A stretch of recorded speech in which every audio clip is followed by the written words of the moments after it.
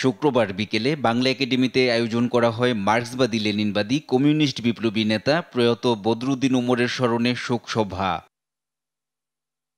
বিভিন্ন রাজনৈতিক দলের নেতা, শিক্ষাবিদ ও সুশীল সমাজের নেতৃবৃন্দ যোগ দেন এতে। বদরুদ্দীন উমরের স্মৃতিচারণ করে বলেন, উমর ছিলেন একজন আপোষহীন নেতা। তিনি কখনো আদর্শের সঙ্গে বেইমানি করেননি। শোকসভায় যোগ দিয়ে বিএনপি মহাসচিব মির্জা ফখরুল ইসলাম আলমগীর বলেন, বিপ্লব তখনই সফল হয় যখন একটি সংগঠন থাকে, আর বিপ্লবী সংগঠন যদি না থাকে তাহলে বিপ্লব হয় না। বলেন, যারা বিপ্লব করতে চান তাদেরকে অবশ্যই সাধারণ মানুষের কাছে যেতে হবে।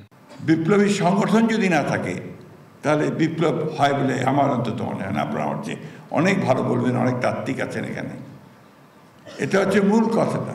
তো সেই সংগঠনকে গড়ে তুলতে হলে আমার মনে হয় যে আজকের যারা বিপ্লব করতে চান, সমাজ বদলাতে চান, যারা সাধারণ মানুষের অবস্থার পরিবর্তন করতে চান, তাদেরকে অবশ্যই সেই সংগঠনকে শক্তিশালী করতে হবে।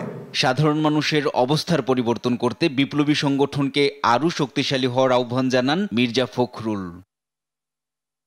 NI নাহিদ, দেশ টিভি, ঢাকা।